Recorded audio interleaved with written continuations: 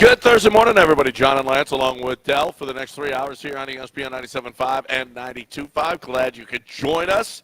We got a lot to talk about. Those Rockets, how about Alpy at the end? Now, the starter, if it wasn't for Tari and Amen, this game is lost, okay?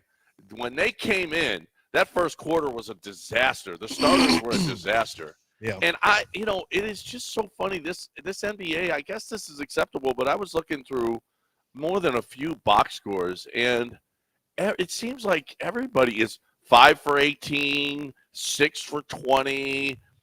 I mean, and that's just regular field goal, not even 3-point field goal percentage. Yeah. Last night, the Clippers shot 39%. I mean, 39% from the field. Well, the Rockets were 43%. And they did shoot well from outside at 37.5%.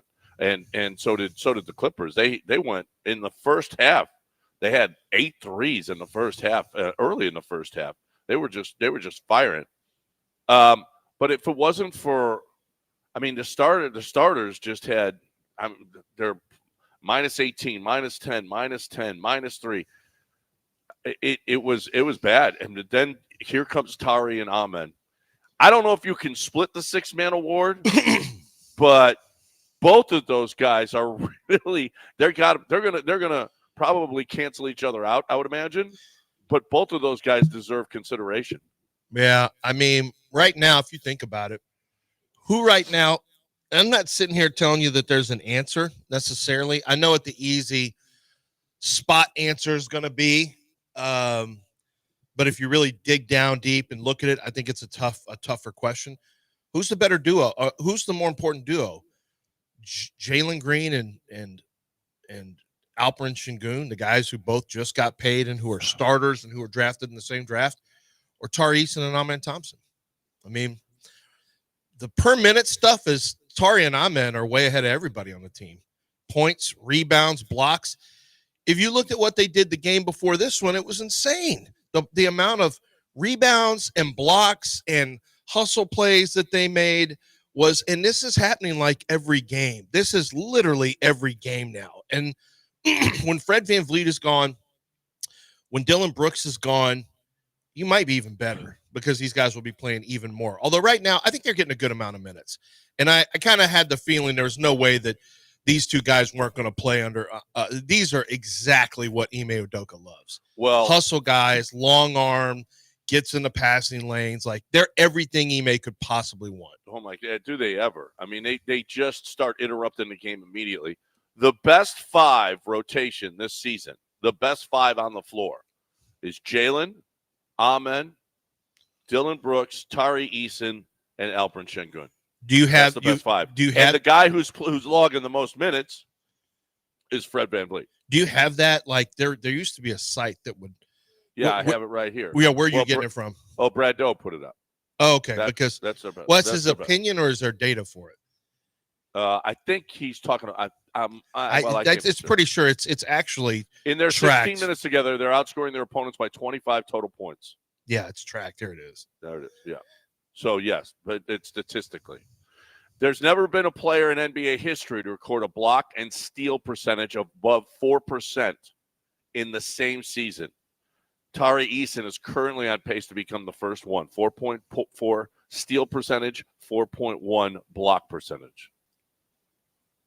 That's pretty good. If he'd be the first one in NBA history to do that, that's pretty good. The highest offensive, let me see if this is. So the highest offensive rating is Dylan Brooks, Jalen Green, Sengun, Eason, Thompson. Yeah. Is that what you just said? Yeah.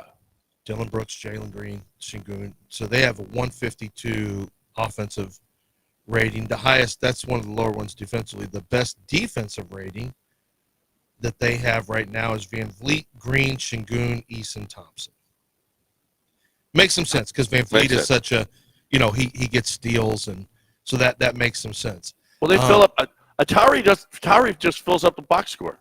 Yeah, every game. Well, he doesn't put any zeros in there. But this is when people get too hyper focused on how does he dribble, how does he shoot from 3, how does these these individual skill sets, people get too hyper-focused on them, and they don't look at guys who make winning plays. Like one thing that I think Rudy Tomjanovich was old school in a lot of his approaches, which is fine, but it also, sometimes doesn't really allow you to progress as much.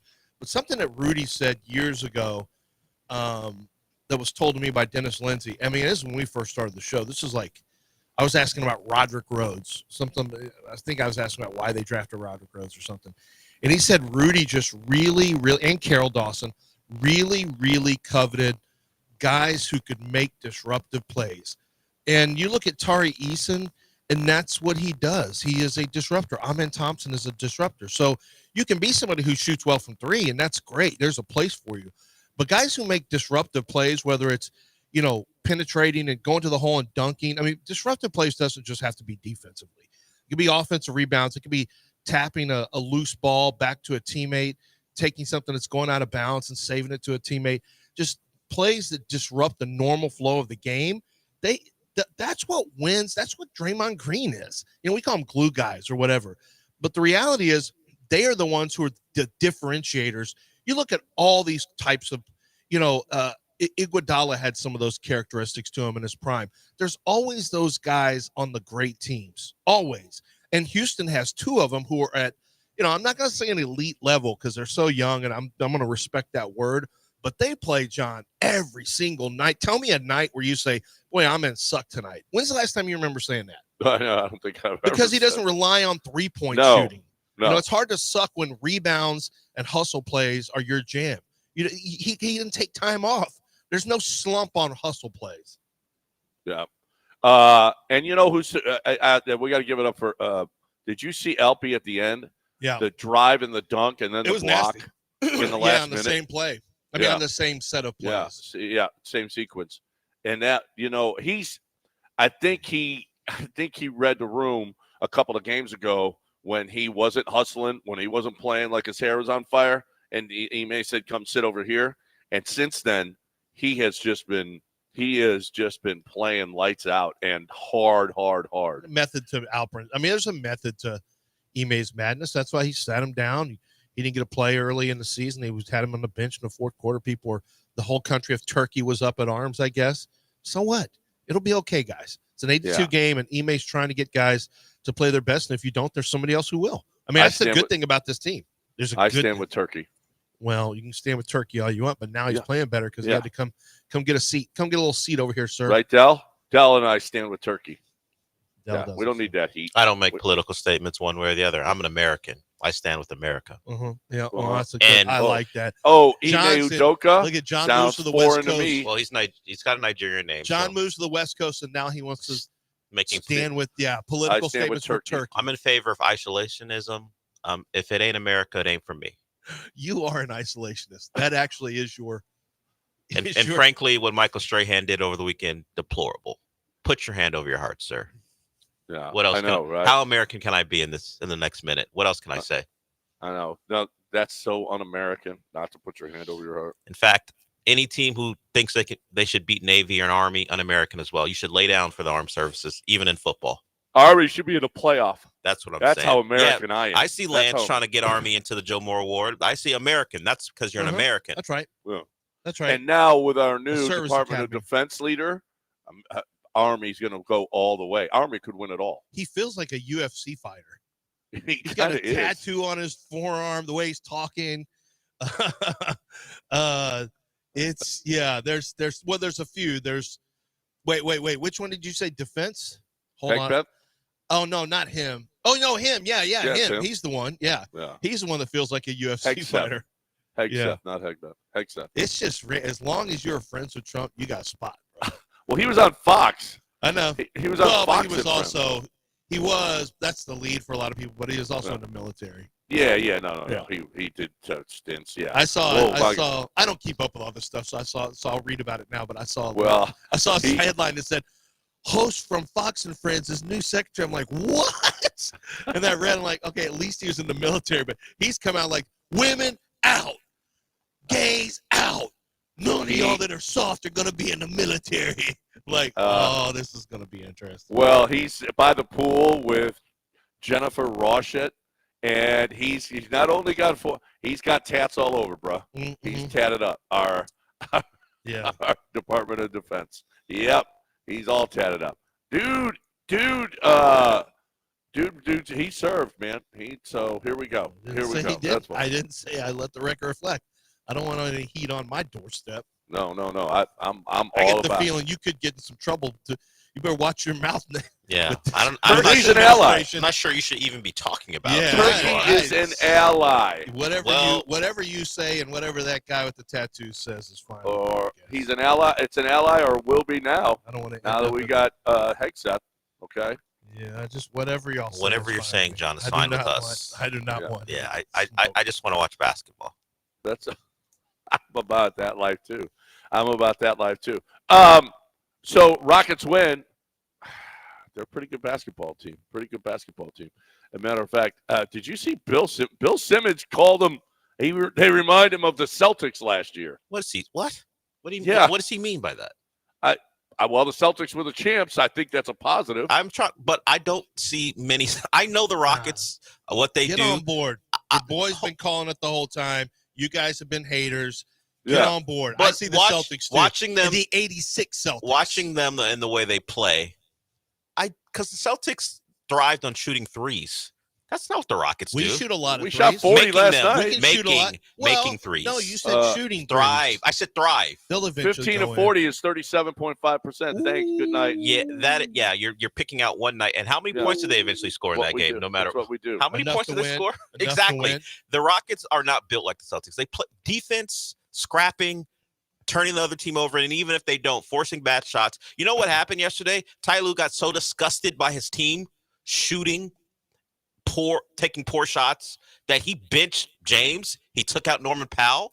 He ran with like guys who barely play, and that got a little scary for the Rockets. I think Şengün stopped the run. James needed one more assist. But James was out. Norman Powell was out. Higher than Batum was out. He ran with like borderline G leaguers and two-way guys down the stretch. Van Gundy's on his bench telling him what to do. And because he was sick and tired of watching his guys take poor shots because the Rockets made them. They do take. But they were making a bunch of them. Yeah, early. And then as the game wore on, that stuff wore off because the Rockets put you in spots where you're uncomfortable. You take shots you normally shouldn't take. A lot of mid-range jumpers for the Clippers. The Rockets are just scrappers, man. They dig deep, they muck it up, and I would appreciate Bill Simmons saying the Rockets are like the Celtics, but they don't win the same way. But they're winning. They've done a great job with this early part of the schedule because they've only left the state of Texas twice, and they've had home games where they've played the Spurs. That's about to change, but this part of the schedule was something you need to take advantage of, and they've done that so far. They absolutely. 8-4 now. This is fun. This is a good team, and I just love when Ahmed and Tari are on the floor. It just changes everything. I mean, Fred throws up so many crappy shots.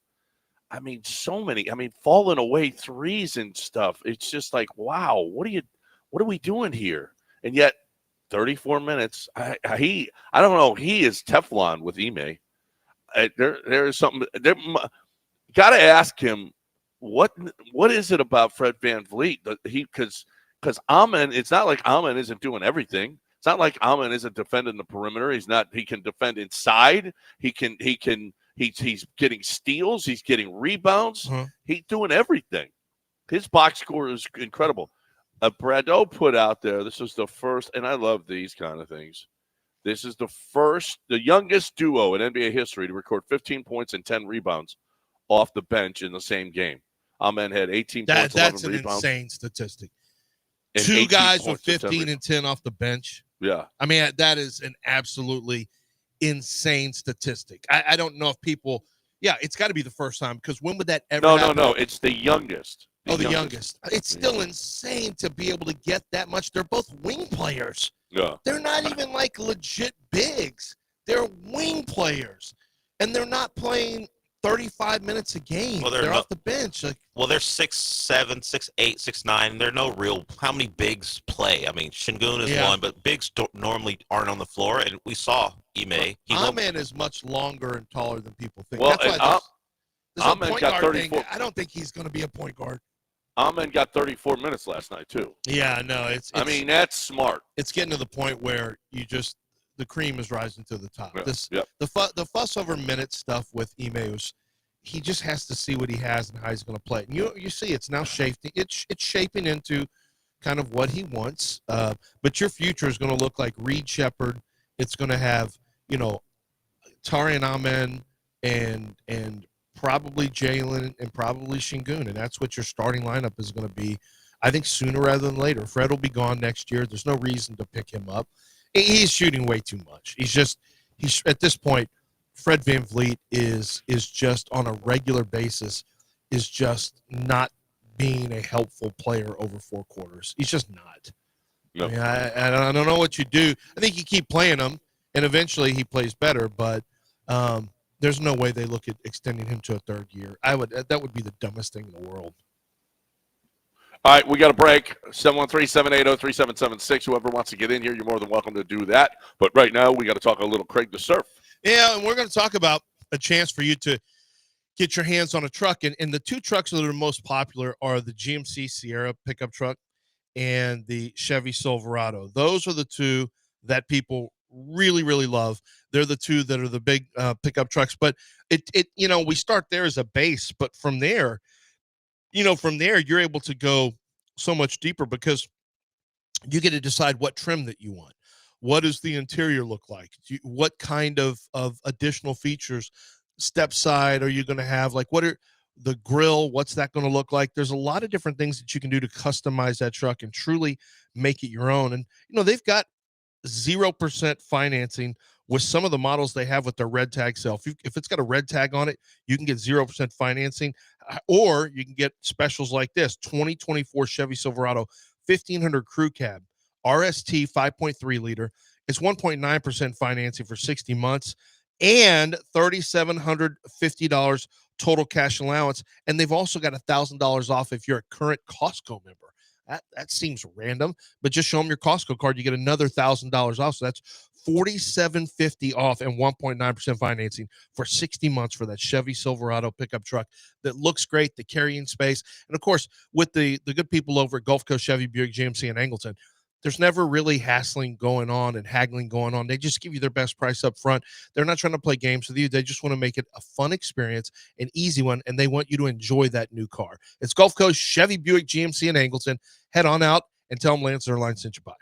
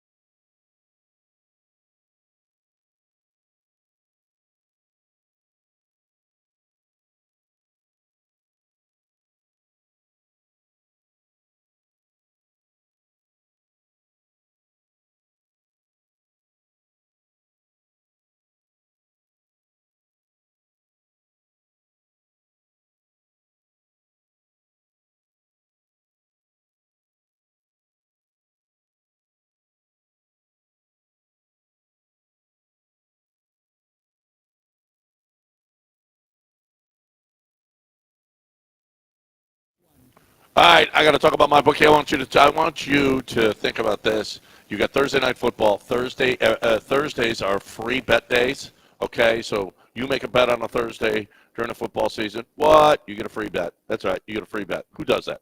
So if you're looking for the best way to play, win, and get paid, it's mybookie.ag, promo code bet975. I love it. You will love it. If you're looking for a great way to have fun, casino gambling, anything that you want to bet on. If you want to bet on the election, you could do that. Whatever it is that you want to bet on, you can bet on it at mybookie.ag, promo code bet975. But you got to put in that promo code bet975. And as I mentioned, the casino gambling includes live dealers, okay? You see the cards coming. It's really, really cool, all right, from the dealer himself, not some computer. I don't trust that. I don't know about you, but I do trust that when I'm seeing a live dealer deal to me. So that is something. Blackjack as well. You want to play, win, and get paid. You want a square fight. You want all of the different bets that you could possibly make live in-game betting. MyBookie.ag, promo code bet975.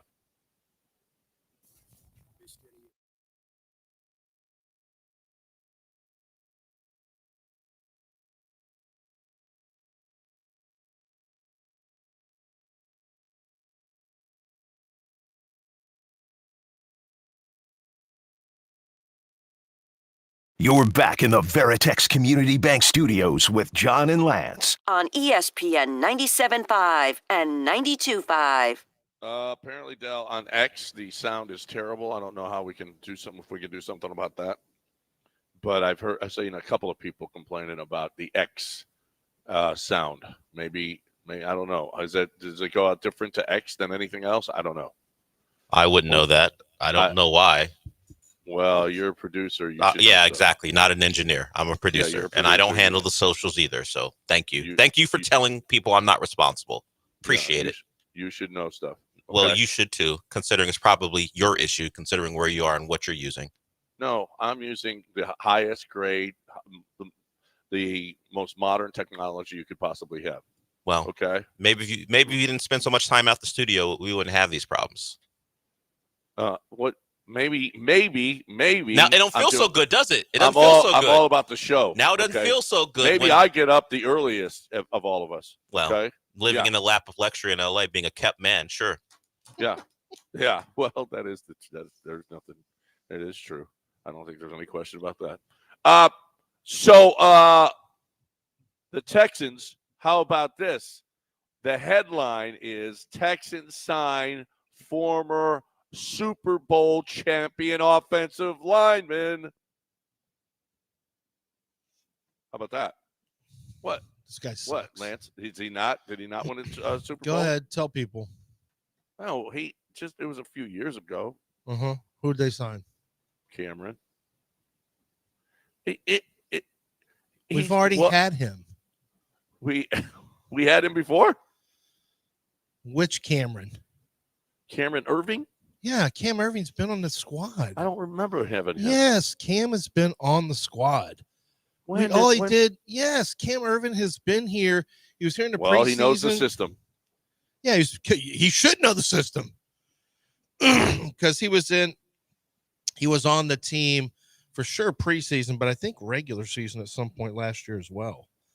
Cam Irvin's been here. This is not a Super Bowl. It's a big sign. Yeah, he was here in the preseason. When they do something now, all of a sudden you don't give him credit for it. He was cut in the preseason from us. That's okay. Yeah, he's a preseason cut. They don't have any. There is no moves to make. We got to quit looking in the cupboard for something to eat. There's nothing to eat. You can look all you want. What about Nate Davis? He got cut. He breathes. They got rid of him because he's just calling in like, I ain't going to practice. He got benched. They gave him a 3-year deal. He sucks. They benched him. Now he doesn't even want to go to practice. He called in like, I ain't going. And so they said, okay, now you just don't have a job. And they cut him, and now you got people wanting him. He stinks. Anybody that's available sucks, period. It looked much better last game. We're not looking for guards anymore until the offseason. We're done looking for guards. Cam Irvin's just a practice squad guy anyway, basically. You want him to do something. I didn't want him to do it. They go out and do it, and then you poop. You are always projecting all of your stuff on me for some reason. I don't know why you do it. Keep looking for your offensive lineman on the transactions. I mean, starters aren't good in the NFL. Just imagine if you don't start, and starters aren't even good in the NFL. Like, Well, I'd say 35% of the starters on the offensive line are bad. 25% are average. 40% are good. I'm 4 out giving of it 10. up. I'm giving it up for Nick. Okay, going Yeah, out there and it's- doing something. All right. Yeah, but I'm also that's fine. Nick, you don't have to do anything because there's nothing to do. So I'm not sitting here waiting for your next street free agent. I'm good. I just want to see my quarterback play consistently, and I want to see, I just want to see Nico Collins back. That's what I care about. I don't care about Cam Irving.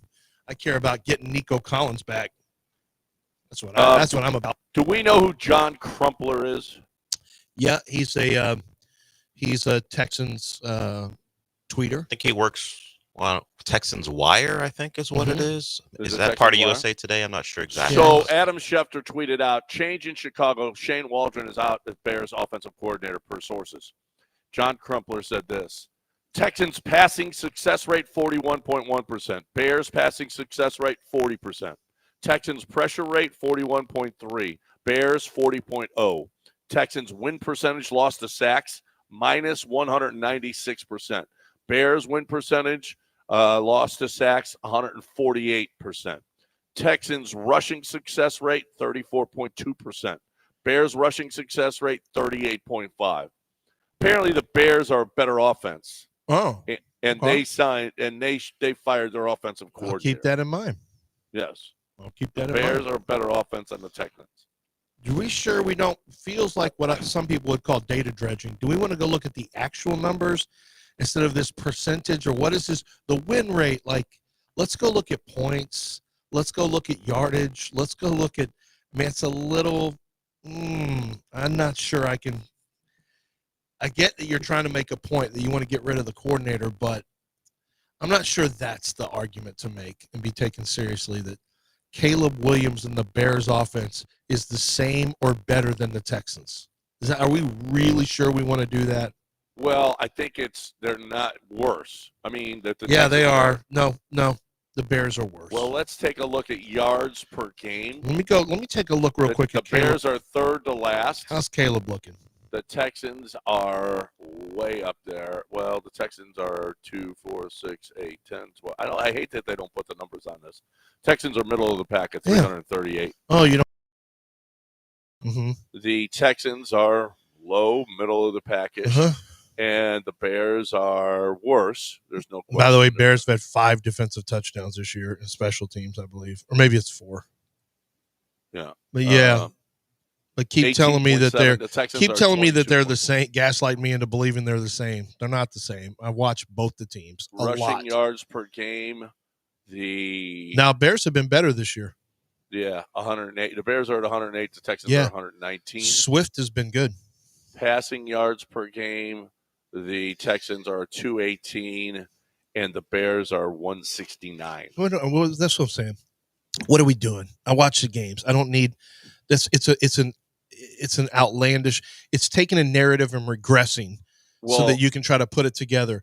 They're a disaster in Chicago. We're not a disaster. We got to execute better, make some field goals. That's a win last game if you make that field goal. And our conversations are different. Pass. Yeah, but that's in the third quarter. I mean, wasn't it a third quarter? Still, yeah, but still was that hurt. That hurt. But even though with that mistake, you make a field goal and you win. And that's on Slowick too. You get closer, the chances of making a field goal go up. John Weeks has got to make his snap. I mean, he's got to make a better snap than that. You just proved his point. It's on Slowick. You just said it. Yeah. You just said it. That's on everything Slowick. I said was right, and it was about. It's not. I mean, Slowick can take whatever heat he wants to, but the offense, you can't tell me that they're the same as Chicago. My God, watch Chicago. It's terrible. They just scored 3 against the Patriots. Yeah, they just scored 3 at home against the Patriots. Please don't tell me. And he got fired. Please don't tell me that they're the same or better because you drudge up some statistics that you think sound the same percentages.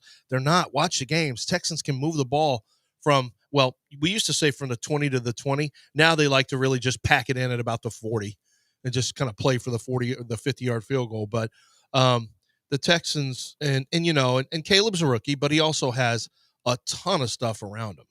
Like Caleb's got a wealth of riches. He sucks right now. He's hanging on the ball forever. He's doing all the hero ball stuff. I talked to a guy from an NFL team yesterday. We were talking about Caleb. We were talking about quarterbacks, and he was making a point for Milroe. And so, like, it's a separate conversation about the draft and quarterbacks. And he said, you look at Caleb Williams. He said, Caleb Williams is hanging on the ball forever. He said it's the same crap he was doing at USC. And that kind of stuff hero ball doesn't just go away. And his whole point was if he just stayed on schedule and took profits and moved down the field, Caleb would be fine. But he said he's got to try to be a hero on every single play, and he's got good receivers. And he still doesn't, he just refuses to go to the first read. Yeah. Somebody was saying that look at Caleb playing hero ball, and there's somebody in college that's doing a lot of the same thing. I don't think it was Cam Ward. It was somebody else that he was. Well, Cam does some. Well, I mean, he has to, but it's not really. Well, Shedeur does hang on to the ball. I think it was Shedeur. Oh, wow. Yeah, against Texas Tech, it was like, what are you doing, Shedeur? Get rid of the ball. Yeah. It was weird because I watched the first half. I watched the first quarter and a half. I went to, and he stunk and looked like Texas Tech was going to stomp them out. I went to the grocery store at halftime. Colorado's winning. And then I come back home after going to the grocery store, and Colorado's just got a stronghold on the game. Like, I didn't even get to see Shedeur and Colorado even play well. Everything was just through updates on my phone. I didn't get to see it because he looked terrible. The Colorado looked terrible the first quarter and a half. But I get there's going to be these think pieces to try to disqualify Bobby Slowick. This is going to be your biggest waste of time. These articles that you're going to write are going to be your biggest waste of time because the Texans are not going to view him that way. They're not going to take the guy who CJ really likes and who is part of him being Offensive Rookie of the Year. They're going to get Nico Collins back. The offense is going to be better. Yeah. There's going to be more touchdowns scored and fewer field goals. And then the uproar will slow down, but there will always be that bubbling. Because once a coordinator gets in the fans' sights, he never gets out. Like, Slowick's never going to get out. Short of it will always bubble back up. A bad game, any bad game it's going to come back up. So he basically needs to win as much as he can, and then he's going to have to go because it's going to be he is in the crosshairs right now, and sometimes deservedly, for sure. And then there are other times where he's just going to be the catch-all. If you don't want to say something bad about CJ, like if you're like, I got to protect my quarterback, I don't know what you're protecting him from. I guess other people on Twitter, or a message board or something, or on subreddits, but. Instead of just saying, man, instead of saying Slowick and CJ, they got to be better. And the offensive line's got to be better. All that's true. Yeah. All that can be true. Like, go ahead and expand your net of criticism because it's all going to be true. But the idea that you think you're going to get Bobby Slowick fired because you compare him to the Bears, ain't nobody believing that because we see it. We see the issues. The issues have been protection-based first and foremost. Yeah, to start we with. got to clean it up. All right, we got a break, and we got to get moving along. Let's, if you want to get in, 713-780-3776 is the number. Right now, I'm talking about Robin over at Houston Powder Coaters. As a matter of fact, I think she's going to be in studio with us. We're going to cut some more spots early next week. I'm going to be back, and we will talk to Robin, and Robin is going to explain to us what she does. And what Robin does is that she makes all of your stuff look much better, okay? That's what the great team over at Houston Powder Coaters does. You're looking for a great way to save that metal, whatever metal it is, and it could be like an old refrigerator. It could be an old beer sign. It could be whatever it is that's metal that you want to keep, that you want to make look new again, that you want, if it's rusting and you feel like it's going to fall apart. Well, Robin will tell you whether or not you can save it or whether or not you need to get something new. Well, there's some stuff that you just can't get new. So you want to save some of that old stuff for old time's sake. Well, Robin can do that. She'll pick it up and deliver it absolutely free. And if you're listening, she'll pretty much go everywhere in the area. Houston Powder Coaters, the biggest and the best. The Google reviews are fantastic. They just do a great job every time. HoustonPowderCoaters.com. That's HoustonPowderCoaters.com. Tell Robin you heard it here.